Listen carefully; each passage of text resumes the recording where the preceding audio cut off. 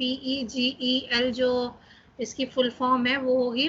National programme of education for girls at elementary level. तो starting में इस चीज़ को क्लियर कर लीजिएगा, क्योंकि हम आगे जो शब्द का यूज़ करेंगे, जो शॉर्ट फॉर्म यूज़ करेंगे वो वही होगा, है ना। तो NPEGEL, तो ये क्या है? NPE National programme of education for girls at elementary Level, यानी जो पूरे राष्ट्र के लिए लड़कियों के लिए एक एलिमेंट्री लेवल पर ये एजुकेशन के लिए एक प्रोग्राम था। तो national programme of education for girls at elementary level. तो आई थिंक ये आपको अब याद रखना पड़ेगा आगे तक, क्योंकि मैं आगे इसकी शॉर्ट फॉर्म यूज़ करूँगी। तो ये लड़कियों के लिए प्रोग्राम एलिमेंट्री लेवल पर। तब हम आ जाते हैं अपने मेन स्क्रीन पर। तो ये किसने शुरू किया, थोड़ा सा इसे देख लेते हैं। तो मानव संसाधन विकास मंत्रालय यानी HRD मिनिस्ट्री द्वारा कराए गए सर्वेक्षणों के आधार पर यह तथ्य सामने आया कि विभिन्न प्रयासों के बाद भी बालिकाओं की विद्यालय से दूरी कम नहीं हुई है। तो HRD मिनिस्ट्री की तरफ से सर्वे कराया गया और देखा गया कि पूरे देश में कि लड़कियों की शिक्षा की क्या दशा है। तो जब वो सर्वे हो रहा था तो सर्वे की जो रिपोर्ट्स आई उसमें ये देखा गया कि हाँ, आप लोगों ने इतना लड़कियों के लिए काम किया, लेकिन उसके बावजूद भी जो लड़कियां हैं वो स्कूलों तक नहीं पहुंच पा रही हैं, या पहुंच भी गई हैं तो अपनी पढ़ाई को पूरा नहीं कर पा रही हैं। तब क्या हुआ, यदि नामांकन करा भी दिया गया तो यह जानना आवश्यक है कि उपस्थिति अनियमित रही या वे बीच में ही ड्रॉप आउट हो गई। तो क्या उनकी अटेंडेंस में जो रेगुलरिटी थी वो रही कि नहीं रही, या वो बहुत ज़्यादा अनियमित रही, कोई रेगुलर उनका नहीं रहा, एक दिन आ गई 4 दिन नहीं आई, क्या ऐसे वाला रहा, या फिर उन्होंने बीच में ही अपनी पढ़ाई को छोड़ दी। तो ये सारी बातें जो है HRD मिनिस्ट्री की तरफ से जो सर्वे हुआ उसमें ये देखने का प्रयास किया गया। तो इसलिए सर्व शिक्षा अभियान के अंतर्गत अब आप देखिए कि सर्व शिक्षा अभियान हमारा चल ही रहा था। 2001 का ये प्रोग्राम है और 2002 में लागू हो गया ये। और इन्होंने सर्व शिक्षा अभियान, इससे पहले ही हमने पढ़ा कि 2010 तक ये लोग पूरा एलिमेंट्री एजुकेशन सभी बच्चों को दे देंगे, और वहाँ पर भी हमने लड़कियों की शिक्षा की बात की थी। तो इसलिए सर्व शिक्षा अभियान के अंतर्गत अलग से अपवंचित एवं साधन विहीन बालिकाओं की शिक्षा संबंधी विशेष योजना बालिकाओं के लिए एक राष्ट्रीय कार्यक्रम NPEGEL के नाम से चलाई गई,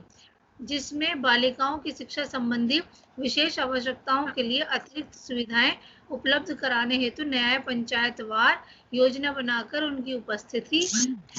व प्राथमिक शिक्षा की पूर्णता सुनिश्चित कराई जाती है। यानी ये सर्व शिक्षा अभियान में ही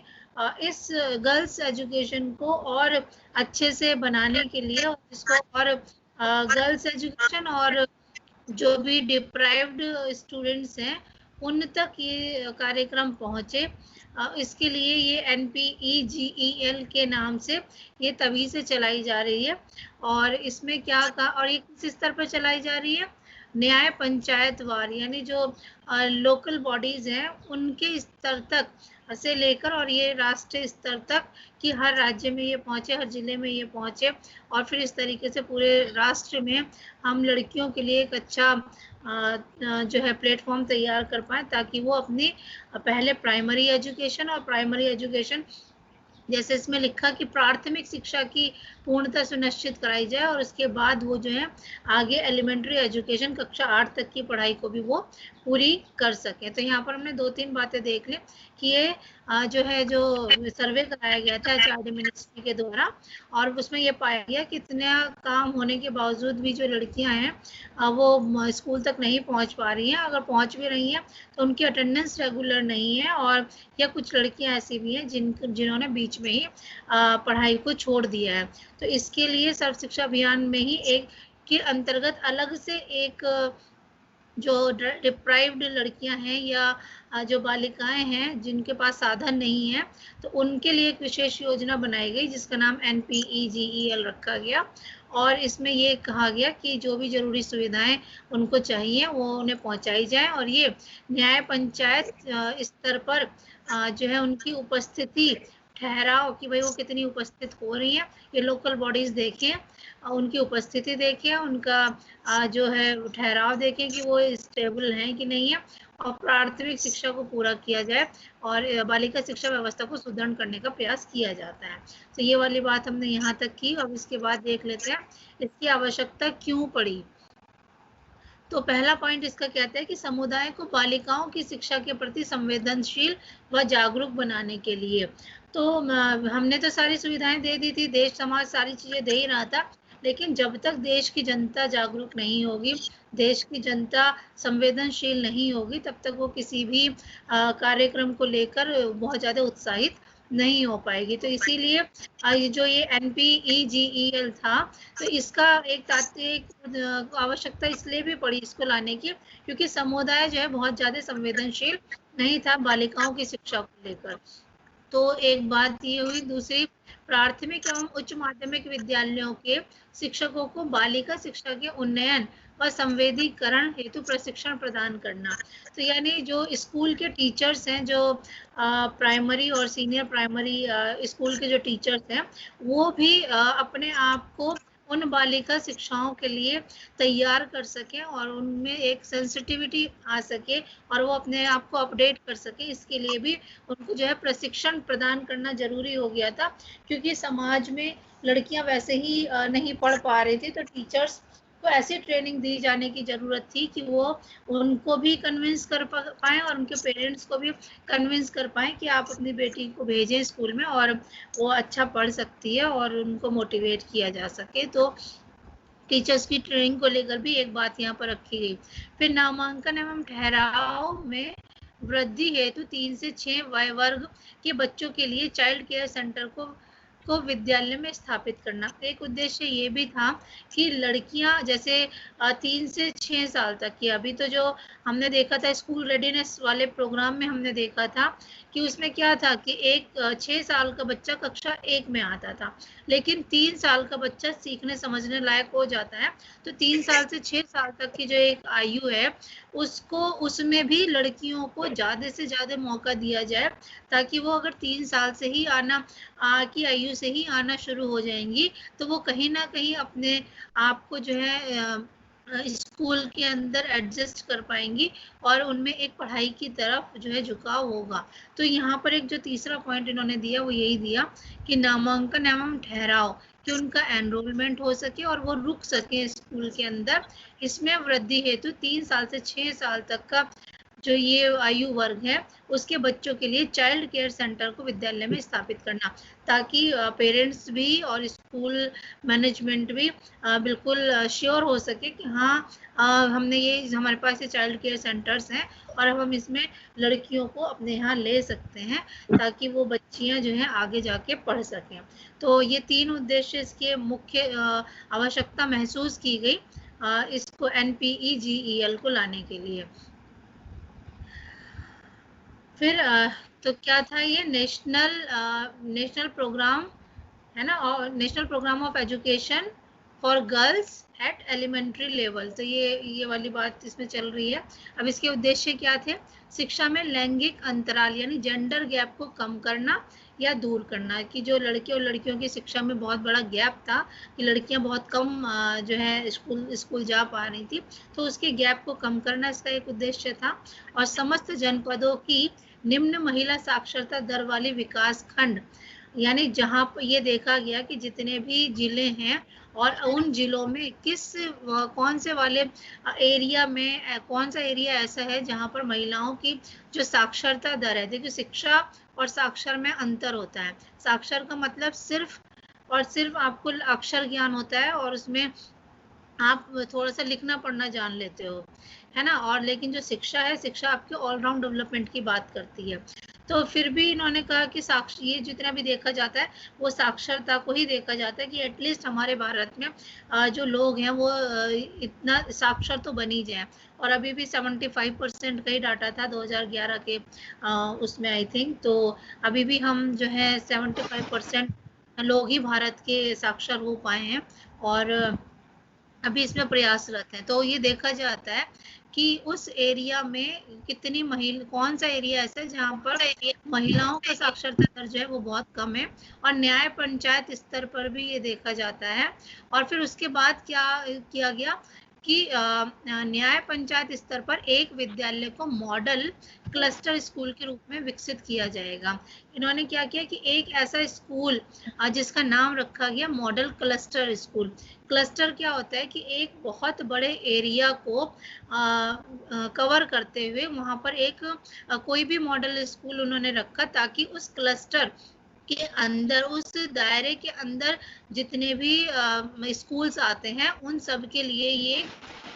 रोल मॉडल बने। देखा कि जो चयनित मॉडल क्लस्टर स्कूल हैं वो एक रोल मॉडल की तरह काम करते हैं कि किस तरीके से 100% जो नामांकन और ठहराव है वो उन स्कूलों में हो सके और उनकी जो क्वालिटी है वो भी मेंटेन रहे, ताकि जो और स्कूल्स हैं उस एरिया के वो स्कूल्स भी वहां आकर ये देख सके कि आखिर ये लोग ऐसा क्या प्रयास कर रहे हैं जिससे कि जो गर्ल चाइल्ड है वो अच्छे से अपनी एलिमेंट्री एजुकेशन को पूरी कर पा रही है। तो एक इसमें पूरी अटेंडेंस 100% रखने का पूरा प्रयास किया जा रहा है। फिर पॉइंट क्या रहा है, ओपन स्कूल के माध्यम से उच्च प्राथमिक स्तरीय शिक्षा हेतु प्रयास किए जाएंगे। और अगर फिर भी किसी को स्कूल आने में कोई दिक्कत है किसी गर्ल चाइल्ड को, तो ओपन स्कूल भी NIOS है या और भी जो ओपन स्कूल के माध्यम से जहाँ पर स्कूल में अटेंडेंस या स्कूल डेली आना बहुत जरूरी नहीं है, बस आप सैटरडे संडे या जो भी वहाँ की व्यवस्था होगी आप उसके अकॉर्डिंग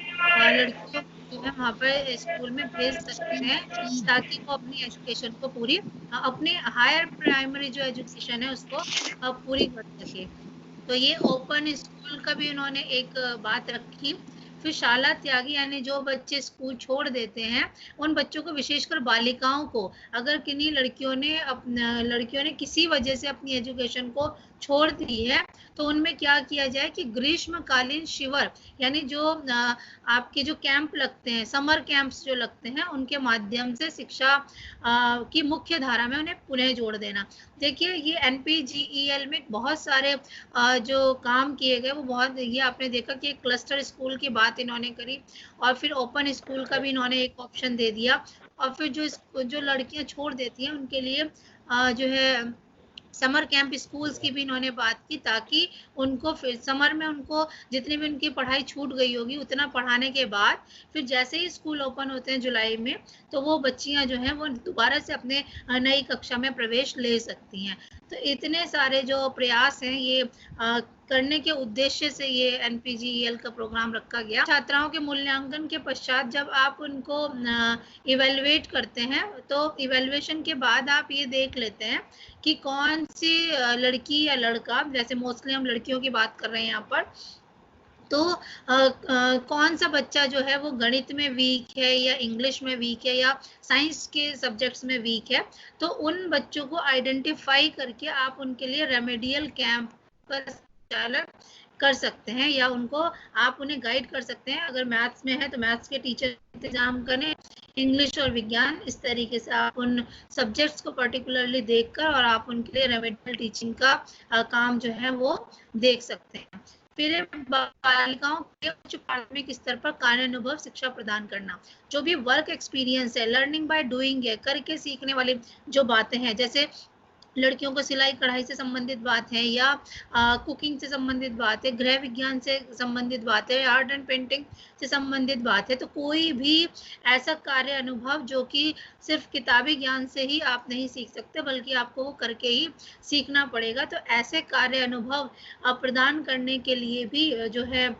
कब हायर प्राइमरी एजुकेशन में यानी 6 to 8 तक की शिक्षा में उनको वर्क एक्सपीरियंस प्रदान किया जाए, ये भी NPGEL के अंदर ये काम के लिए ये उद्देश्य रखा गया। फिर असेवित क्षेत्रों, बस्तियों की शिक्षा से वंचित बालिकाओं को ब्रिज कैंप संचालित कर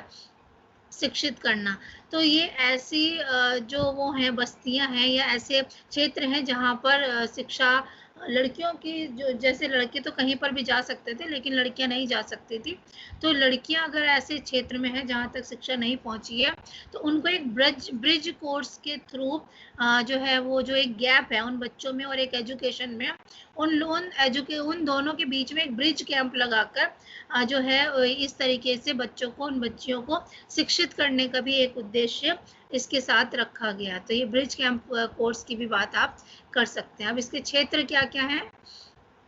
तो महिला साक्षरता के राष्ट्रीय औसत से कम तथा लिंगानुपात के राष्ट्रीय औसत से अधिक और शैक्षिक दृष्टि से पिछड़े खंड का विकास करना। यानी जो राष्ट्रीय औसत है और जहाँ पर महिला साक्षरता जो फीमेल लिटरेसी है वहाँ पर जहाँ जो कम है, या तो लिटरेसी कम है महिलाओं में या फिर जहाँ पे लड़कियों की संख्या ही कम है, तो ऐसे दोनों तरीके के एरियाओं को देखा गया और फिर वहाँ पर शैक्षिक दृष्टि से कौन सा ऐसा खंड है जो पिछड़ा खंड है तो उनको देखकर फिर यहाँ पर NPEGEL का प्रोग्राम रखा गया। फिर कम से कम 5% अनुसूचित जाति जनजाति की जनसंख्या वाले तथा अनुसूचित जनजाति की महिलाओं में 10% से कम साक्षरता दर वाले विकास खंड। यानी एक तो जहां पर ऐसे एरिया चिन्हित किए गए जहां पर SC ST की 5% से कम वाली जनसंख्या हो, या जहां पर 10% से कम महिलाएं जो हैं वो साक्षर नहीं है, तो ऐसे खंडों को भी इन्होंने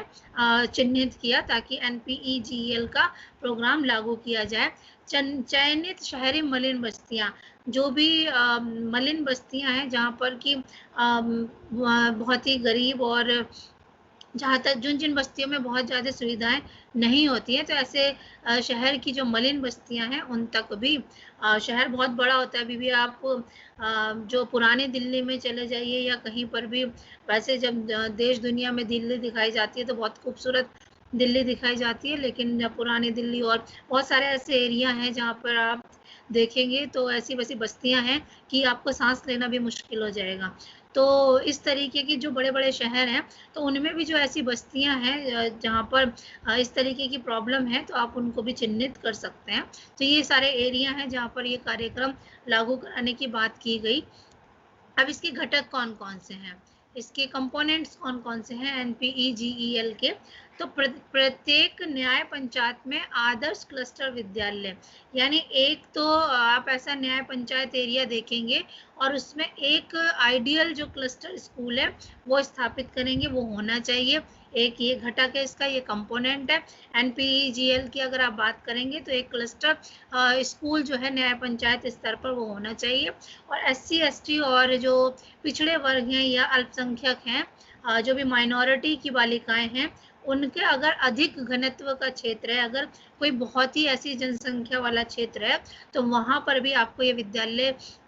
बनाने पड़ेंगे। और सभी सुविधाओं के उपयोग हेतु तो क्लस्टर में सभी विद्यालय तक पहुंच, और जो वो क्लस्टर स्कूल है वो ऐसी जगह या ऐसी सुविधाओं से जो भी बेसिक जो रिक्वायरमेंट्स है उससे पूर्ण होना चाहिए ताकि जो एजुकेशन है वो बाकी एरिया के जितने और स्कूल्स हैं वो उनकी पहुंच तक पहुंच सके। फिर अगर ये देखा जाए कि वर्ष 2007 और 8 तक 7,245 विद्यालयों का आदर्श क्लस्टर विद्यालय के रूप में सुदृढ़ीकरण। अब हमने देखा था कि 2002 में जो है सर्व शिक्षा अभियान लागू कर दिया गया, और 2 से 5 साल की यानी प्राइमरी एजुकेशन की आप बात करोगे तो 2007 तक तो उन्होंने प्राइमरी शिक्षा ले लेनी थी और 7 के बाद 2010 तक उन्हें 8वीं तक की शिक्षा ले लेनी थी। तो जब इन्होंने एक ये देखा, इनका एक उद्देश्य था ये कि 2007-8 में यानी 5 साल के अंदर हम 7,245 ऐसे विद्यालय, ऐसे आदर्श क्लस्टर विद्यालयों को इस्टेब्लिश कर देंगे, उन्हें इतना स्ट्रॉन्ग कर देंगे कि ताकि वो बाकी एरिया के जो स्कूल्स हैं उनको भी जो है सिखा सकें, बता सकें कि अगर उन्हें किसी चीज़ की कोई भी गाइडेंस की ज़रूरत है। तो NPEGL योजना के अंतर्गत चयन मॉडल क्लस्टर विद्यालयों को इस प्रकार से विकसित किया जाना आवश्यक है कि बालिका शिक्षा के लिए आदर्श विद्यालय हो, यानी फिर वो जो है एक आइडियल स्कूल की बात वहाँ पर होनी चाहिए, में आधारभूत सुविधाएं जो है वो उपलब्ध कराई जा सके, ऐसी इन्होंने बात की। और अब इन्होंने क्या क्या जो सुविधाएं दे सकते थे, ये क्या क्या हो सकती हैं कि लकड़ी की चौकी की व्यवस्था। अब लकड़ी की चौकी की व्यवस्था में एक छोटा सा स्टूल टाइप आप कह सकते हैं कि कक्षा 1 से कक्षा 5 तक की बालिकाओं में लिखने की प्रक्रिया, यानी वो बच्चियां जो हैं वो स्टूल पे रखकर या जो ये चौकी दे रहे हैं उस पर लिखकर अपने जो लिखने की जो राइटिंग की जो प्रक्रिया है उसको इजी कर सके। और वर्ष 2005-6 में 8,392 मॉडल क्लस्टर के प्राथमिक विद्यालयों की बालिकाओं को लकड़ी की चौकी उपलब्ध कराई गई। यानी एक ये डाटा इन्होंने दिया है कि 2005-6 के अंदर, यानी 3-4 साल के अंदर ही सर्व शिक्षा अभियान के इन्होंने 8,000 8,500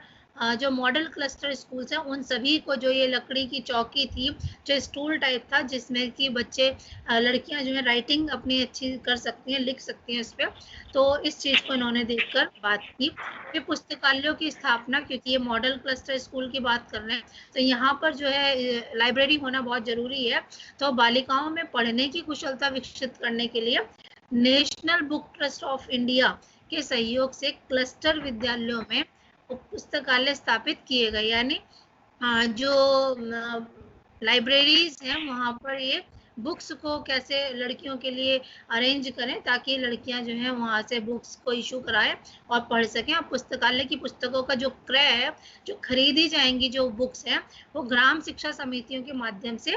खरीदी जाएंगी। तो जो ग्राम, क्योंकि पूरा जिले स्तर पे काम हो रहा है, ब्लॉक स्तर पे काम हो रहा है, न्याय पंचायत स्तर पे काम हो रहा है, ग्राम की शिक्षा समितियाँ इसमें काम कर रही हैं, तो जो पुस्तकालय की जो पुस्तकें आएंगी वो ग्राम शिक्षा समिति के माध्यम से खरीदी जाएंगी या की जाएंगी। तो इस तरीके से ये पुस्तकालयों की बात हुई इसमें। अच्छा, एक और इम्पॉर्टेंट बात जो कि आपको समझनी चाहिए, इसमें जो लिखा हुआ है कि साइकिलों और झूलों की उपलब्धता, तो लड़कियों को पहले नहीं दिया जाता था, लड़कों के लिए साइकिल होती थी। तो अब NPGEL में कि अगर स्कूल थोड़ा सा दूर है भी, क्योंकि 3 किलोमीटर के दायरे में जो है वो स्कूल, ऐसा भी इन्होंने कहा था RTE एक्ट में, वो बाद में हुआ, लेकिन अब यहाँ पर क्या है कि बालिकाओं में गत्यात्मक कौशल तथा आत्मविश्वास विकसित करने हेतु प्रथम चरण में प्रत्येक ब्लॉक स्तरीय क्लस्टर विद्यालय में 10 साइकिलें, यानी पहले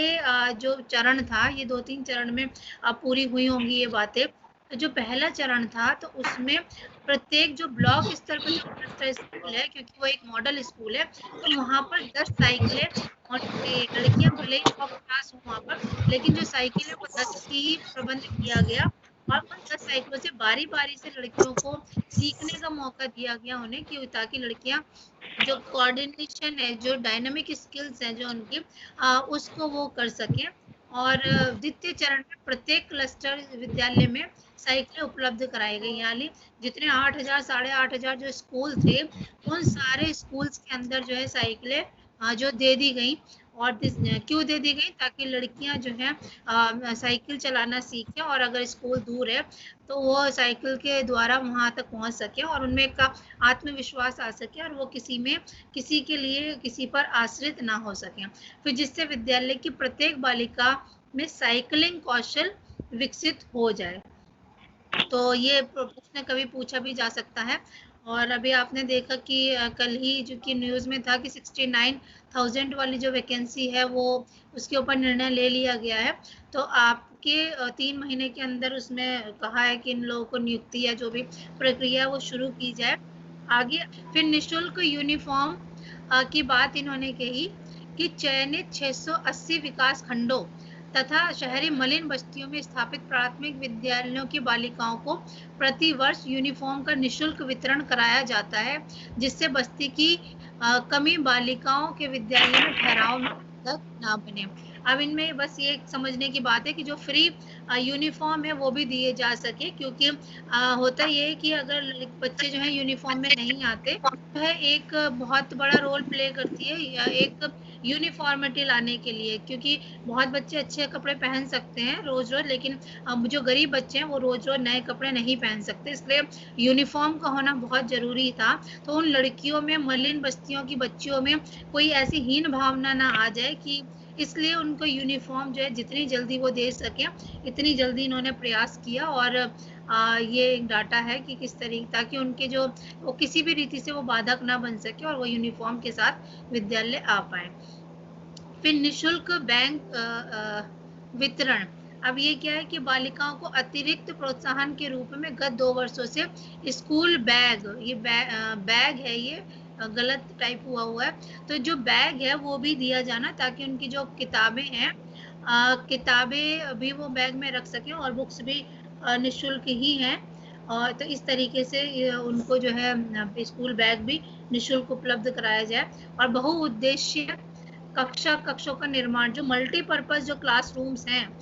वो भी इसमें बनाए जाएं। अब इसे और समझ लीजिए आप, देखिए कितने नए नए कंसेप्ट्स आपके सामने हैं ये। तो जो यूजफुल मल्टीपर्पज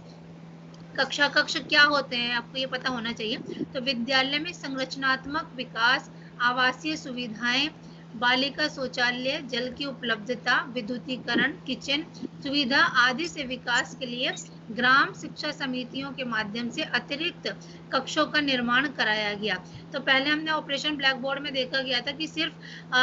दो ही कक्षा होनी चाहिए, 2 ही कक्ष होने चाहिए, बरामदा होना चाहिए, है ना। फिर धीरे धीरे चीजें बढ़ी और फिर उन्होंने कहा 3 कक्ष भी हो सकते हैं। अब इन्होंने देखिए अब तो फिर वर्क एक्सपीरियंस के लिए भी हो, आपके पास और ग्राउंड भी हो और आपके पास लैब्स भी होनी चाहिए। तो इस तरीके से धीरे धीरे करके बढ़ती चली गई। और अभी हम आगे कस्तूरबा गांधी बालिका विद्यालय के बारे में भी पढ़ेंगे, जो और इसके आगे किस तरीके से कस्तूरबा गांधी विद्यालय भी हैं जो ये काम करते हैं बालिका शिक्षा के क्षेत्र में। तो ये बहुउद्देशीय कक्षों का निर्माण अभी एक NPEGL के प्रोग्राम के अंतर्गत रखा गया। और उपचारात्मक शिक्षा व्यवस्था, अगर ये हमने देखा ही था कि किस तरीके से जो है डायग्नोस्टिक टीचिंग और फिर रेमेडियल टीचिंग। तो डायग्नोस्टिक में आपको डायग्नोज करना पड़ता है कि कहाँ पर दिक्कत है, और फिर अगर आप दिक्कत पहचान जाते हो तो फिर उसका आप किस तरीके से रेमेडीज करोगे, इसके बारे में भी आपको पता होना चाहिए। तो विद्यालय में विषय अध्यापकों की कमी, अगर किसी सब्जेक्ट के टीचर की कमी है, मैथ्स के, इंग्लिश के, तो वो आइडेंटिफाई करना। और फिर अगर लड़के और लड़कियों में अगर कोई जेंडर का भेद के कारण जो लड़कियां हैं, अगर उनमें कोई किसी विषय को लेकर कुछ अचीवमेंट लेवल उनका कम है, उनके लिए आप एक रेमेडियल टीचिंग की सुविधाएं स्कूल के अंदर दे सकते हैं। और जो मिनिमम लेवल ऑफ लर्निंग की बात की थी कि भाई एटलीस्ट इतना तो बच्चों को आप करा ही दें कि बालिकाएं उस जो कक्षा में वो फेल ना हो, बल्कि कुछ अच्छे हद तक पास हो सके, वो अच्छे मार्क्स के साथ पास हो सके, और अदरवाइज तो जो मिनिमम लेवल ऑफ लर्निंग है उसको तो अचीव कर ही ले। फिर ये कह रहा है कि विद्यालय और अध्यापक को पुरस्कार। तो जो ऐसे विद्यालय हैं या जो ऐसे टीचर्स हैं जो वाकई में एजुकेशन के लिए अच्छा काम कर रही हैं, तो उन विद्यालयों को इंगित किया जाए और उन टीचर्स को भी आइडेंटिफाई किया जाए, ताकि उनको इनाम दिया जाए और उनको पुरस्कार दिया जाए। तो वर्ष 2008-9 तक, यानी वो 5वीं तक की पढ़ाई तो पूरी हो ही जानी चाहिए थी 2002 से, अगर हम शुरू कर रहे हैं, और 2010 तक तो कक्षा 8 पूरी पढ़ लेनी चाहिए थी सर्व शिक्षा अभियान के तहत। तो 2008-9 तक प्रति वर्ष, यानी हर साल जो है, और तथा 9 और 10 में प्रस्ताव के अनुसार जनपदों में प्रत्येक क्लस्टर के सर्वोत्तम विद्यालय को दिए गए मानकों के अंतर्गत चिन्हीकरण कर पुरस्कृत किया जाता है। यानी जो है वो क्लस्टर के जो स्कूल्स अच्छा काम कर रहे हैं या और भी जो विद्यालय अच्छा काम कर रहे हैं, तो उनको अगर आपने आइडेंटिफाई किया है और फिर उनको आप जो है, आपने देखा होगा कि शिक्षकों को राज्य जो है जिला स्तर पर और फिर राज्य स्तर पर और राष्ट्रीय स्तर पर इवन प्रेसिडेंट से भी अवार्ड दिलवाया जाता है और उनको सम्मानित किया जाता है उनके अच्छे काम के लिए। तो इस तरीके से हमने देखा कि आज NPEGEL का जो एक प्रोग्राम था वो पूरा हमने पढ़ लिया, और ये इसका फुल फॉर्म ही पहली बात तो आपको पता होना चाहिए था कि national programme of education for girls at elementary level. बस एलिमेंट्री लेवल आपको जोड़ना है, लड़कियों के लिए ये राष्ट्रीय स्तर का प्रोग्राम है।